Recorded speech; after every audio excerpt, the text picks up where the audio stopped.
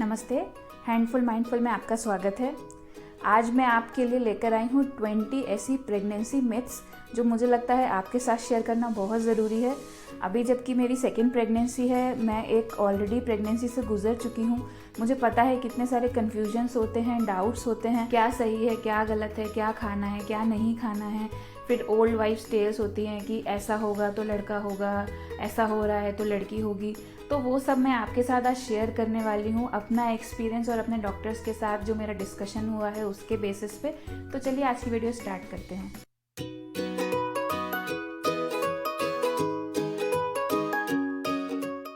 तो myth number 1 है कि मॉर्निंग सिकनेस सिर्फ मॉर्निंग में ही होती है। सबसे बड़ी मिथ है ये, इसका नाम भी मुझे लगता है चेंज कर देना चाहिए। मॉर्निंग सिकनेस आपको किसी भी समय हो सकती है, किसी भी चीज़ से हो सकती है, किसी भी चीज़ से ट्रिगर हो सकती है। हो सकता है कोई स्मेल जो आपको पहले बहुत पसंद आती हो वो अब आपके लिए नौइया का एक रीज़न बन जाए। तो मॉर्निंग सिकनेस ये मत एक्सपेक्ट कीजिए कि सिर्फ मॉर्निंग में ही रहेगी। वो मॉर्निंग में, इवनिंग में, आफ्टरनून में, नाइट में, किसी भी समय हो सकती है। सेकेंड मिथ है कि हार्ट बर्न का मतलब होता है कि आपके बच्चे के बहुत ज़्यादा बाल होंगे सर के ऊपर। तो ये भी बहुत बड़ा मिथ है। मैं अपना पर्सनल एक्सपीरियंस शेयर करना चाहती हूँ। मेरी फर्स्ट प्रेगनेंसी के टाइम पे मुझे इतना ज़्यादा हार्ट बर्न होता था कि मुझे कई बार बैठे बैठे सोना पड़ता था। मैं जब भी लेटती थी, भले ही मैं कितने भी पिलोज लगा लूँ अपने सर के नीचे, लेकिन हार्ट बर्न की वजह से मुझे बैठना पड़ता था। और जब मेरी बेटी हुई थी तो उसके सर पे बहुत ही कम बाल थे। तो ये डेफिनेटली एक मिथ है कि जितना ज़्यादा हार्ट बर्न होगा उतना ज़्यादा बच्चे के सर के ऊपर बाल होंगे। डेफिनेटली ये एक मिथ है। फिर थर्ड मिथ है कि स्पॉटिंग का मतलब है कि आपको मिसकैरेज हो रहा है। तो क्या होता है, स्टार्टिंग में इम्प्लांटेशन की वजह से भी ब्लीडिंग हो सकती है, स्पॉटिंग हो सकती है। हमेशा ये ज़रूरी नहीं है कि उसका मतलब मिसकैरेज ही है। लेकिन कभी भी आपको स्पॉटिंग होती है या कभी भी आपको डाउट है तो आप अपने डॉक्टर से ज़रूर कंसल्ट कीजिए। लेकिन हर बार स्पॉटिंग का मतलब मिसकैरेज नहीं होता है। मिथ नंबर 4 है कि अब जबकि आप प्रेग्नेंट हैं तो आपको 2 लोगों के लिए खाना है। बहुत बड़ी गलतफहमी है ये। ऐसा बिल्कुल भी नहीं होता है। आपको अपनी डाइट हेल्दी मेंटेन रखनी है, क्वांटिटी भी आपको सफिशिएंट लेनी है, लेकिन इतनी नहीं लेनी कि आपका वेट शूट अप होने लगे या फिर कुछ और प्रॉब्लम होने लगे। आप जैसा नॉर्मली खा रहे थे अपनी डाइट और अपनी भूख के हिसाब से डेफिनेटली खाइए। लेकिन अगर आप प्रेग्नेंट हैं इसका मतलब ये नहीं है कि अब आपको डाइट अपनी बिना वजह, बिना भूख के जस्ट डबल कर देनी है। मिथ नंबर 5 है कि प्रेगनेंसी के टाइम पे हर वुमेन ग्लो करती है और प्रेगनेंसी का फेज़ बहुत इंजॉयबल रहता है। डेफिनेटली मिथ है। इसके बारे में मैं अपना पर्सनल एक्सपीरियंस शेयर करना चाहूँगी कि अगर आपको सुबह से शाम तक नौजिया का फीलिंग है या फिर मॉर्निंग सिकनेस का इशू है, आप दिन भर थका हुआ फील कर रहे हैं, बॉडी में एनर्जी नहीं है, तो भले ही आप प्रेग्नेंट हो, इस चीज़ की खुशी हो कि हाँ अब आपके घर में एक नन्हा मेहमान आने वाला है, लेकिन उस फेस को उस मोमेंट पे एंजॉय करना डेफिनेटली पॉसिबल नहीं है। मेरे लिए बिल्कुल भी नहीं था। तो ये कोई ज़रूरी नहीं है कि अगर आप प्रेग्नेंट हैं तो आप ग्लो ही करेंगी। आपको हमेशा बहुत अच्छा फील होगा, पॉजिटिव फील होगा। डेफिनेटली आपकी जो सिचुएशन है उस समय, जो आपकी बॉडी की कंडीशन है उसके हिसाब से अगर आप थोड़ा डिप्रेस भी फील कर रहे हैं, नेगेटिव भी फील कर रही हैं, तो मेरे हिसाब से ओके है। लेकिन उसके बारे में आप किसी से बात कर सकती हैं या फिर इस चीज़ के साथ आगे पॉजिटिवली बढ़ सकती हैं कि ये फेज़ थोड़े समय का है, उसके बाद ये निकल जाएगा। लेकिन ये ज़रूरी नहीं है कि आपको हमेशा जो है इस गलतफहमी में रहना है कि ये प्रेगनेंसी का फेज़ हर किसी के लिए एंजॉयबल ही रहता है। 6th मिथ है कि प्रेगनेंसी के टाइम पे एक्सरसाइज नहीं करनी चाहिए। तो यहाँ भी मैं आपके साथ थोड़ा अपना पर्सनल एक्सपीरियंस शेयर कर रही हूँ। मैंने अपनी फर्स्ट प्रेगनेंसी के टाइम पे 4th मंथ के बाद से जब मेरी बॉडी में थोड़ी एनर्जी वापस आई थी, मेरे स्ट्रेंथ रिगेन हुई, मुझे मॉर्निंग सिकनेस की प्रॉब्लम कम हुई, तब मैं continuously minimum 1 hour daily yoga करती थी। और अपनी करंट प्रेगनेंसी में भी मैंने 4th मंथ तक जो है स्ट्रेंथ ट्रेनिंग कंटिन्यू रखी थी, जिम कंटिन्यू रखी थी। लेकिन क्योंकि टाइमिंग सूट नहीं हो रहा था और मैं सुबह जल्दी उठती थी, उसकी वजह से मेरे को दिन भर एनर्जी नहीं रहती थी, क्योंकि ऑफिस में जाने की वजह से मेरे को दिन में रेस्ट करने का ऑप्शन नहीं है। तो मुझे डिसकंटिन्यू करना पड़ा स्ट्रेंथ ट्रेनिंग को। लेकिन घर पे मैं वॉकिंग और एक्सरसाइज कंटिन्यूसली करती हूँ, योगा फॉलो करती हूँ। तो मेरी प्रेगनेंसी नॉर्मल है, इसलिए मैं ये सब कर पाती हूँ। तो अगर आपको भी कोई कॉम्प्लिकेशन नहीं है तो आप भी अपने डॉक्टर से कंसल्ट करके कुछ एक्सरसाइज रिजीम फॉलो कर सकती हैं। तो ये मिथ है कि प्रेगनेंसी में एक्सरसाइज नहीं करनी चाहिए, बल्कि आपको ज़्यादा एक्टिव रहना चाहिए, क्योंकि आप जितना ज़्यादा एक्टिव रहेंगी उतना आपकी बेबी की हेल्थ के लिए अच्छा है, और नॉर्मल डिलीवरी होने के चांसेस भी उतने ज़्यादा ही आपके बढ़ जाते हैं। फिर नेक्स्ट मिथ है कि आपको प्रेगनेंसी के टाइम पे कैफ़ीन बिल्कुल नहीं लेनी चाहिए। कैफ़ीन यानी कि टी और कॉफ़ी नहीं कंज्यूम करनी चाहिए। तो डेफिनेटली एडवाइस किया जाता है कि आप अवॉइड कीजिए, जितना ज़्यादा से ज़्यादा कर सकती हैं बेटर है, बेस्ट है। लेकिन मेरी फर्स्ट प्रेगनेंसी के टाइम पे मुझे इतनी ज़्यादा टी की क्रेविंग होती थी, चाय की, कि जितनी शायद मैंने अपनी पूरी लाइफ टाइम में चाय नहीं पी है, उतनी मैंने फर्स्ट प्रेगनेंसी में पी है। वैसे मैं आपको बता देना चाहती हूँ कि मैं रेगुलर टी ड्रिंकर नहीं हूँ, यानी मैं शायद महीने में 1 या 2 कप ही चाय पीती हूँ। तो जितनी मेरी एक पूरे लाइफ टाइम में मैंने चाय नहीं पी थी, मैं डेली 1 कप चाय अपनी प्रेगनेंसी में ज़रूर पीती थी। ये डॉक्टर से कंसल्ट करने के बाद ही मैंने इसको फॉलो करना स्टार्ट किया, मतलब 1 कप चाय मैं डॉक्टर से कंसल्ट करके ही पीती थी। तो आप कैफ़ीन यानी कि टी और कॉफ़ी ले सकती हैं, मॉडरेशन में ले सकती हैं अपने डॉक्टर से कंसल्ट करके। फिर नेक्स्ट मिथ है कि आप प्रेगनेंसी में जामुन नहीं खा सकती। अब ये भी मेरा पर्सनल एक्सपीरियंस है। मोस्ट ऑफ द जो मिथ्स हैं मैंने अपने पर्सनल एक्सपीरियंस के बेसिस पे ही यहाँ समराइज़ किए हैं। मुझे फर्स्ट प्रेगनेंसी के टाइम पे बहुत ज़्यादा क्रेविंग होती थी एक पर्टिकुलर टाइम पे जामुन खाने की, लेकिन घर वालों ने ये बोला कि जामुन नहीं खा सकते, एडवाइजेबल नहीं है, बच्चे की स्किन का कलर डार्क हो जाएगा। बट क्रेविंग है तो डॉक्टर से कंसल्ट किया तो डॉक्टर भी हंस रही थी कि ऐसा कुछ भी नहीं होता है, कोई भी चीज़ आप मॉडरेशन में डेफिनेटली खा सकती हैं। तो जामुन प्रेगनेंसी में नहीं खा सकते, ये भी एक बहुत बड़ा मिथ है। फिर नेक्स्ट मिथ है कि आपको पूरी प्रेगनेंसी में घी बिल्कुल लिबरली खा लेना चाहिए, जिससे आपके जॉइंट्स जो हैं वो लुब्रिकेट होते रहें या डिलीवरी में आपको इजी रहे। ऐसा कुछ भी नहीं है।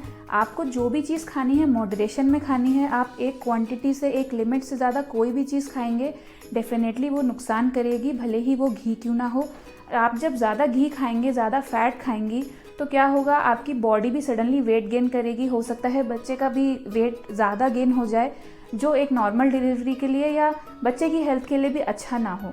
नेक्स्ट मिथ है कि जो अम्बिलिकल कॉर्ड होता है, बच्चे की जो नाल होती है, वो माँ की नाभि से जुड़ी हुई होती है। ये भी एक बहुत बड़ा मिथ है। बच्चे की जो अम्बिलिकल कॉर्ड है वो प्लेसेंटा से कनेक्टेड होती है और प्लेसेंटा यूट्रस से अटैच्ड होता है। नेक्स्ट मिथ है कि प्रेगनेंसी में अगर आप 15 to 20 kgs वेट गेन कर रही हैं, दैट इज़ कम्प्लीटली नॉर्मल, यानी कि कम्प्लीटली ओके है, और ये साइन है कि बच्चा आपका हेल्दी है, वो अच्छे से ग्रो हो रहा है। ये बहुत बड़ा मिथ है। ये कोई ज़रूरी नहीं है कि अगर आपका वेट गेन हो रहा है तो बच्चे का वेट गेन हो ही रहा हो, वो आप सिर्फ स्कैन के थ्रू ही पता कर सकते हैं। तो आपका वेट गेन करना इस चीज़ का साइन बिल्कुल नहीं है कि आपका बच्चा हेल्दी ग्रो हो रहा है, और इस पे भी डिपेंड करता है कि आपका करंट वेट कितना है, आपको कितना वेट गेन करना चाहिए, वो इस पे डिपेंड करता है कि आपका इनिशियल वेट कितना था, प्रेगनेंसी के टाइम पे वेट कितना था। पहले से ही ओवरवेट थी या ओबेस थी तो हो सकता है डॉक्टर आपको स्ट्रिक्ट डाइट पे रखे, जिससे आपका फर्दर वेट इंक्रीज ना हो, फर्दर कोई कॉम्प्लिकेशन ना हो। तो वेट गेन का और हेल्दी प्रेगनेंसी का कोई कनेक्शन नहीं है। नेक्स्ट जो मिथ है, जो कई लोग बोलते हैं और शायद आपने भी सुना होगा, घर में जो बड़े बुजुर्ग होते हैं बोलते हैं कि ज़मीन पे कभी भी क्रॉस लेग करके नहीं बैठना चाहिए, यानी कि आलती पालती मार के नहीं बैठना चाहिए। ये भी एक बहुत बड़ा मिथ है। अगर आप कंफर्टेबल हैं तो आप डेफिनेटली बैठ सकती हैं, और जब आप योगा का एक रिजीम फॉलो करती हैं तो कई सारे पोजेज ऐसे होते हैं जहां आपको ज़मीन पे बैठना पड़ता है क्रॉस लेग। बल्कि मेरे हिसाब से तो बहुत अच्छी एक्सरसाइज है, क्योंकि उससे आपका पेल्विक फ्लोर का जो एरिया होता है वो ओपन होता है, जिससे आपको डिलीवरी में हेल्प मिलेगी। नेक्स्ट मिथ है कि प्रेगनेंसी के टाइम पे आपको ट्रैवल नहीं करना चाहिए। तो डेफिनेटली इसके लिए आपको कुछ प्रिकॉशंस लेने चाहिए। जैसे इनिशियली जो 3 मंथ्स होते हैं उसमें ज़्यादा ट्रैवल नहीं करना चाहिए। ट्रैवल का मतलब एक सिटी से दूसरी सिटी अगर आप जा रही हैं या कुछ फ्लाइट का ट्रैवल है तो डेफिनेटली अवॉइड करें। लेकिन अगर आपकी एक नॉर्मल प्रेगनेंसी है, हेल्दी प्रेगनेंसी है, आपका डॉक्टर बोलता है कि ओके है ट्रैवल करना, कोई प्रॉब्लम नहीं है, तो आप डेफिनेटली ट्रैवल कर सकती हैं। मेरी फर्स्ट प्रेगनेंसी के टाइम पे मैंने फ़्लाइट से, बस से, ट्रेन से, सभी चीज़ों से ट्रैवल किया है। अलग अलग रीजंस थे मेरे, तो मैं ट्रैवल कर चुकी हूँ। अभी करेंट प्रेगनेंसी में भी मैंने अपने 6 मंथ में भी फ़्लाइट से ट्रैवल किया है, मेरा कुछ ऑफिशियल पर्पस था। तो ट्रैवलिंग आप बिल्कुल कर सकते हैं अगर आपकी प्रेगनेंसी नॉर्मल है और आपका डॉक्टर आपको कंसेंट देता है तो। फिर नेक्स्ट मिथ है कि आप प्रेगनेंसी के टाइम पे ड्राइव नहीं कर सकती। अब आप चाहे 2 व्हीलर ड्राइव करती हूँ या 4 व्हीलर ड्राइव करती हूँ, लेकिन अगर आप कंफर्टेबल हैं, रोड की कंडीशन ठीक है और आपकी प्रेगनेंसी में कोई कॉम्प्लिकेशन नहीं है, तो शॉर्ट डिस्टेंसेस के लिए आप डेफिनेटली ट्रैवल कर सकती हैं, डेफिनेटली ड्राइव कर सकती हैं। लेकिन हो सकता है कि जैसे जैसे आपकी प्रेगनेंसी प्रोग्रेस हो या फिर रोड की कंडीशन अगर अच्छी ना हो तो आप खुद ही कंफर्टेबल ना हो बहुत लॉन्ग डिस्टेंसेस ड्राइव करने के लिए। लेकिन शॉर्ट डिस्टेंसेस अगर आप ट्रैवल कर रही हैं तो जस्ट केयरफुल रहिए कि आपकी स्पीड नॉर्मल हो और रोड की कंडीशन ठीक हो। नेक्स्ट मिथ है कि अगर जो बच्चे की अम्बिलिकल कॉर्ड होती है, यानी कि जो नाल होती है, वो गर्दन के चारों तरफ लिपटी हुई है या एक राउंड लगा हुआ है, तो उसका मतलब है कि आपका सी सेक्शन ही होगा। ये बहुत बड़ी मिथ है जो मेरे डॉक्टर ने मुझे क्लियर करी है। इसका ये बिल्कुल मतलब नहीं है कि आपका डेफिनेटली सी सेक्शन होना ही है। कई बार ऐसा होता है कि डिलीवरी के टाइम पर भी अगर बच्चा आ रहा है और उसकी कॉर्ड रैप्ड है तो डॉक्टर उस टाइम भी हटा देता है जिससे उसको चोकिंग की प्रॉब्लम ना हो। लेकिन डेफिनेटली आपके डॉक्टर पे डिपेंड करता है कि वो क्या फॉलो करना चाहता है और आप किस चीज़ के लिए कंफर्टेबल हैं, क्योंकि आपकी और बच्चे की हेल्थ और लाइफ से बढ़कर कुछ भी नहीं है। ये ज़्यादा इम्पॉर्टेंट है कि आप दोनों हेल्दी हो, ना कि ये कि आपका जो बच्चा आ रहा है वो सी सेक्शन से आ रहा है या फिर नॉर्मल डिलीवरी के थ्रू आ रहा है। नेक्स्ट मिथ है कि एक लेडी को चाइल्ड बर्थ के लिए और ब्रेस्ट फीडिंग के लिए कोई भी प्रिपरेशन की ज़रूरत नहीं है। एक माँ जो है नेचुरली उसको सब कुछ आता है। बहुत बड़ा मिथ है ये। आप जितना रेडी रहेंगी, जितना प्रिपेयर्ड रहेंगी, जितना आपके पास इन्फॉर्मेशन है पहले से, आपके लिए चीज़ें थोड़ी इजी हो जाएंगी। ऐसा कोई ज़रूरी नहीं है कि आपने जो कोई बुक पढ़ी है या कोई क्लासेस अटेंड करी हैं उसके हिसाब से बिल्कुल सब कुछ वैसा ही हो। लेकिन अगर आप पहले से ही चीज़ों को लेके प्रिपेयर्ड हैं, आपको अंडरस्टैंडिंग है, तो वो जो फेज़ होता है वो थोड़ा इजी हो जाता है। तो अपने आप को रेडी रहिए, बाकी मदर्स से बात कीजिए, कुछ बर्थिंग क्लासेस हैं तो अटेंड कीजिए ताकि आप वेल इन्फॉर्म्ड रहें और आपकी पेरेंटिंग की और उसके बाद की जर्नी थोड़ी इजी हो सके। नेक्स्ट मिथ है कि VBAC पॉसिबल नहीं है, यानी कि vaginal birth after C section possible नहीं है। तो ये बहुत बड़ा मिथ है। मैंने पर्सनली यहाँ कई लोगों को देखा है जिनकी फर्स्ट डिलीवरी सी सेक्शन से हुई थी लेकिन बाद में उनको नॉर्मल डिलीवरी हुई। ये सब डिपेंड करता है आपके डॉक्टर के ऊपर, आप किस हॉस्पिटल में जा रहे हैं उसके ऊपर। लेकिन ये पॉसिबिलिटी है कि अगर आपका फर्स्ट सी सेक्शन हुआ है तो सेकंड आपकी जो डिलीवरी है वो नॉर्मल हो सकती है। फिर एक बहुत बड़ा मिथ ये भी है कि आपकी जो ड्यू डेट बताई गई है उससे ऊपर यानी कि उसके आगे आपकी डिलीवरी डेट नहीं जा सकती। तो जो आपको ड्यू डेट दी जाती है उससे +- 2 वीक्स डेफिनेटली हो सकता है, पॉसिबिलिटी है। तो अगर आपकी एक कोई ड्यू डेट दी गई है तो उसके ऊपर भी 1 वीक या 2 वीक्स तक डॉक्टर्स वेट करते हैं। लेकिन आजकल मैक्सिमम हॉस्पिटल्स में कोई भी रीज़न हो, मुझे नहीं पता क्या रीज़न है, लेकिन अगर ड्यू डेट से ऊपर डेट जाती है तो यूजुअली सी सेक्शन कर देते हैं या फिर इंड्यूस कर देते हैं। लेकिन जो एक नॉर्मल प्रैक्टिस है उसके हिसाब से 1 या 2 हफ्ते तक वेट किया जा सकता है। नेक्स्ट मिथ है कि नॉर्मल डिलीवरी जो है सी सेक्शन से हमेशा बेटर होती है। तो ये डेफिनेटली बिल्कुल नहीं होता। एक्सपीरियंस ज़्यादा मैटर करता है। आपका बच्चा सी सेक्शन से आए या फिर नॉर्मल डिलीवरी से आए, अगर आपका एक्सपीरियंस ख़राब है तो किसी भी मेथड के थ्रू आप बच्चे डिलीवर करें, आपके लिए ट्रॉमेटिक एक्सपीरियंस हो सकता है। तो ये कोई ज़रूरी नहीं है कि अगर आपकी नॉर्मल डिलीवरी हुई है तो आपका एक्सपीरियंस हमेशा बेटर ही रहेगा। और लास्ट मिथ जो मैं बर्स्ट करना चाहती हूँ कि जब बच्चा आ जाता है इस दुनिया में, यानी कि जब आप डिलीवर कर देते हैं, तो हमेशा एक मदर को बहुत ओवरवेलमिंग या फिर बहुत खुशी वाली फीलिंग होती है। ऐसा ज़रूरी नहीं है। मेरे साथ नहीं हुआ था। मेरे डिलीवरी एक्सपीरियंस की वजह से मैं उतना ज़्यादा अपनी बच्ची से कनेक्ट नहीं कर पाई थी। इमोशनली मुझे कोई फीलिंग नहीं थी उस समय। तो ये कम्प्लीटली नॉर्मल है। तो ये कोई ज़रूरी नहीं है कि जैसा पिक्चर्स में और सीरियल्स में दिखाते हैं कि डिलीवरी के बाद माँ के आंसू निकल रहे हैं, माँ बहुत हैप्पी है। ज़रूरी नहीं है आपका एक्सपीरियंस वैसा हो। उस चीज़ के लिए भी आप मेंटली प्रिपेयर्ड रहिए कि वो भी हो सकता है। तो ये डेफिनेटली एक मिथ है कि अगर बच्चा इस दुनिया में आ गया तो माँ को हमेशा ओवरवेल्म और बहुत खुश ही होना है।